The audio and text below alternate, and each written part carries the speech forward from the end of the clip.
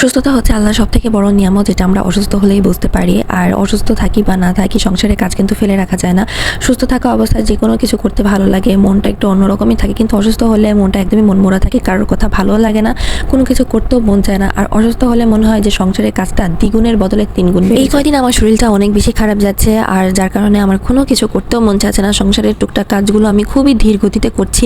আজকে না পারলে সেই দেখা যাচ্ছে যে সেগুলো আমি কালকে করছি, বা এরকম একটু দেরি করে করছি, কিন্তু একসাথে মানে একবারে সেই কাজগুলো করে নিতে পারছি না। প্রচণ্ড শরীর খারাপ ছিল এই কয়দিন, যেটা বলে বোঝানোর মতো না। তারপরেও মানে রান্নাবান্না থেকে শুরু করে সব কিছুই নিজে নিজে করেছি, যেহেতু আর কেউ নেই বাসায়, আমাকেই সব কিছু দেখতে হবে। তো নিজের সংসারের কাজটা আমি নিজে একা করতেই পছন্দ করি, কারো সাহায্য নিতে আমার ভালো লাগে না। কারণ আমি মনে করি আমার মতো কেউ গুছিয়ে বা ওরকম সুন্দর করে সাজিয়ে সব কিছু করতে পারবে না। নিজের সংসারের সব কিছু খুঁটিনাটি বিষয়গুলো নিজেই তদারকি করতে হয়, তো সেটা আমার থেকে ভালো তো আর কেউ করতে পারবে না। তো প্রতিদিনই একঘেয়েমি ইফতার করতে করতে বোর হয়ে গেছি, সেই মানে ভাজা পোড়া খেতে খেতে, আর আমার একদমই ভালো লাগতেছিল না। তো ভাবলাম যে আজকে একটু ঝাল ঝাল করে কিছু রান্না করি, আর ইফতার বা সাহরির রান্নাটা একসাথেই করে নিয়ে দেখা যায় যে ইফতার করার পর আমি বেশিরভাগ সময় রাতে খাবারটা খাই না, আমি একবারে সাহরিটাই করে ফেলি।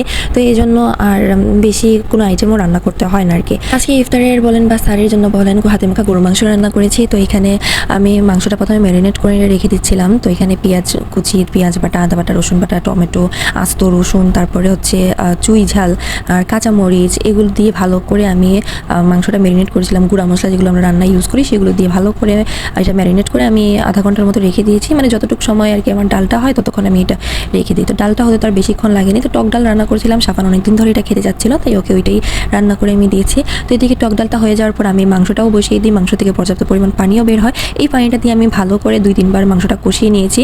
আর তারপর কষানোর পর আমি এখানে পর্যাপ্ত পরিমাণ গরম পানি দিয়েছি, মানে যেহেতু ঝোলটা করবো, তো আজকে আর ভুনা করবো না, মাংসটা একটু ঝোল ঝোল করে করবো। এদিকে ইফতারের টাইমটাও হয়ে গেছে, আর আমি এদিকে মাংসটা রান্নার পরে আমি একটু সালাদ তৈরি করব। তো সালাদের জন্য আমি একদিকে সব কিছুই তৈরি করে রেখে দিয়েছিলাম, আর ভাতটা আমি রাইস কুকারে দিয়ে দিয়েছি যাতে খুব তাড়াতাড়ি হয়ে যায়। আর ভাতটা আমি রাইস কুকারেই করি, আর ঘরের যে টুকিটাকি কাজ ছিল সেগুলো আমি করে রেখেছিলাম।